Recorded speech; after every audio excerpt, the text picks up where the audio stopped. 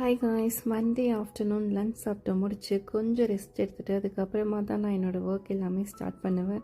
ஏன்னா Saturday Sunday outing ரெஸ்ட்டுன்னு போனதால் எனக்கு மண்டே கொஞ்சம் ஹெவியாகவே ஒர்க் இருக்கும்.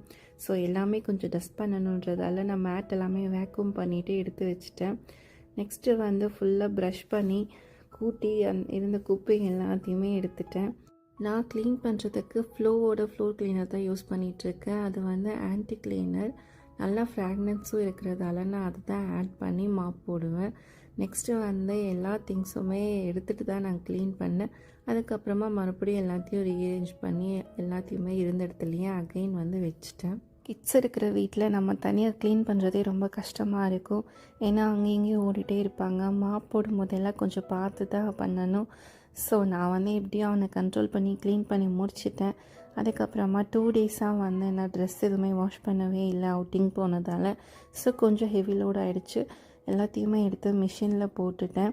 நான் லிக்விட் தான் யூஸ் பண்ணுறேன். நான் பவுடர் எதுவுமே யூஸ் பண்ணல. ஏன்னா ஃப்ராக்னன்ஸும் இருக்கிறதால நான் லிக்விட் தான் யூஸ் பண்ணுறேன். ஸோ மிஷினில் ட்ரெஸ் போட்டுட்டு அதுக்கப்புறமா மார்னிங்கே ரைஸ் ஊற வச்சுருந்ததால் கிரைண்டரில் போட்டு கிரைண்ட் பண்ணிட்டேன். ஸோ கிரைண்ட் பண்ணுற கேப்பில் நான் கீ ரைஸும் சோயாவும் பண்ணேன். நைட்டு டின்னருக்கு சிம்பிளாக தான் பண்ணேன். அப்புறம் மாவும் எடுத்து வச்சுட்டு வாஷ் பண்ண ட்ரெஸ்ஸையும் நான் எல்லாத்தையுமே காய போட்டுட்டேன். என்னோடய மண்டே ஒர்க் அவ்வளோதாங்க முடிஞ்சு. See you guys, bye bye.